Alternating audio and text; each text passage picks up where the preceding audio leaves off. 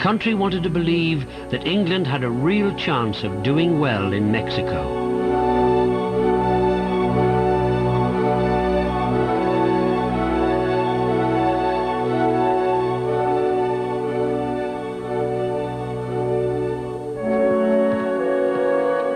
First, they had to get used to the heat and humidity. It was 38 degrees Celsius. Now, you couldn't sit in a deck chair with a glass of beer in your hand for more than 10 minutes at 38 degrees. You'd have to go in the shade or jump in the swimming pool. You have to play football for 90 minutes. I remember we used to have training where we were sitting in a steam room for sort of 40 to 45 minutes just to acclimatise, to get our glands working or something. When they weren't training, Bobby Robson tried to keep the players entertained. We allowed them to sunbathe a little bit. We allowed them to swim. We took good videos, you know, films.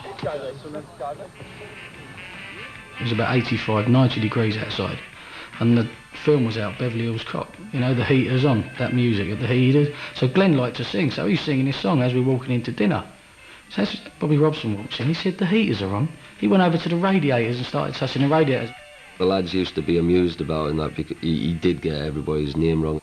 Bobby was on the phone, and I've walked through to go to breakfast with my wife, and Bobby's on the phone, and his mind was away, like, with the conversation, then seeing myself and my wife, and he went, morning, Bobby. I just went, nah, Gaffer. I said, you're Bobby, I'm Bryan. Bobby's real problem with Bryan was his injured shoulder. He was right in the middle of his career. He was in fantastic shape, incredible competitor. He was a great player. England's best player at that moment in '86. England had lost their first match, so badly needed to beat Morocco. Bobby gambled on Bryan's fitness. He took a chance on his captain, and he lost.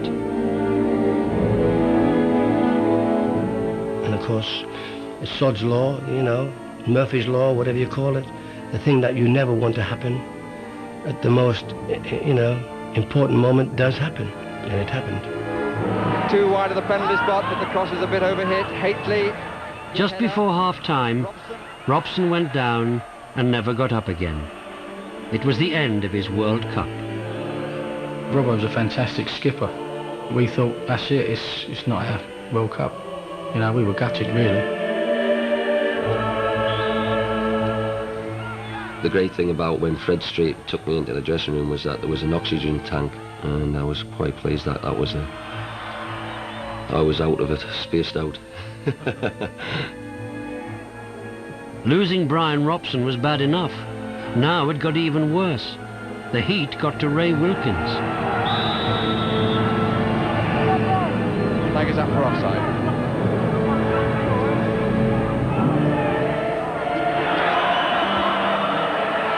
And a red card has been shown to Ray Wilkins. Disaster upon disaster for England. They lose their captain, and now they've lost their vice-captain. It was a nothing incident, really. I mean, I think Ray just sort of played the ball back, you know, and the ball rolled, literally rolled to the referee. He could have actually stepped aside and let the ball miss him, but what did he do? He stood there and let the ball hit him. After the match, I spoke to Ray and said, listen, I don't blame you for it. I think you're a little bit silly. You'll never do that again for the rest of your life. He said, no, I won't. I'll never do that again. I'll turn my back and I'll walk away. With 10 men, England held on for a draw. It wasn't really enough. They had promised so much and delivered so little.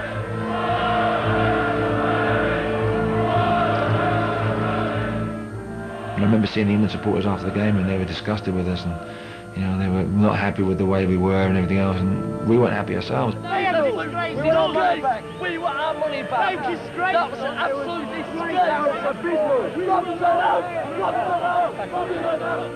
You knew that the person who would feel it the most, not the supporters, not you, would be Bobby.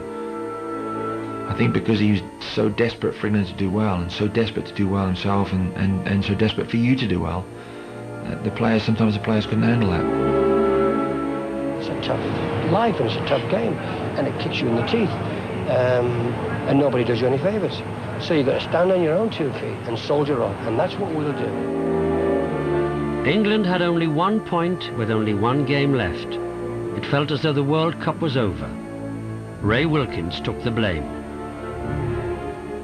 It was dark, and there was mist coming up from the pool. I just walked by the pool, and I thought I saw somebody in the middle of the pool, a little short chap, and it was Ray Wilkins. So he was like this, and with his head down, and I said, "Ray," I said, are you feeling okay?" And he said, "Brian," he said, "how could I be so bloody stupid? Captain of England. What did I do that for? What got into me?" I don't feel too pleased with myself at the moment. The worst part for me at the present time is the fact that I feel I've let the lads down, and it's a little bit difficult trying to come to terms with it at the moment.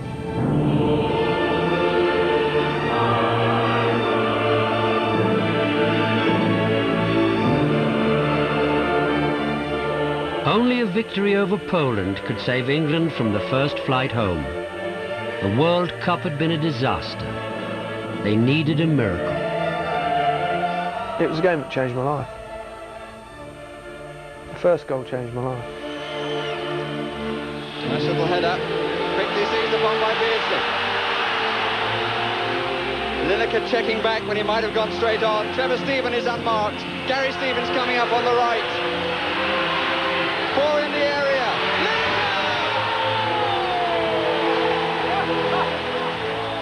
If I hadn't have scored that first goal, we'd have all gone home probably. You know, I'd perhaps never have played for England again. But scoring that goal, we went on, scored 6, top scorer. Everything was different. I was known throughout the world, and without shadow of a doubt, it was the watershed moment of my career. It was unbelievable. Lineker got a hat-trick. England won 3-0 and were through. You could taste the relief. Magnificent goal! And there is an element of delirium on the terraces.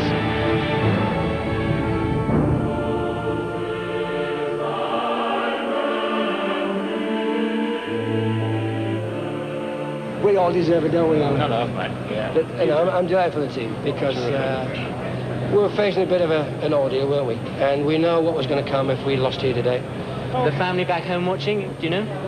Oh, I would think that everybody would be at home, and we're still punching, and I won't be home for at least another couple of weeks.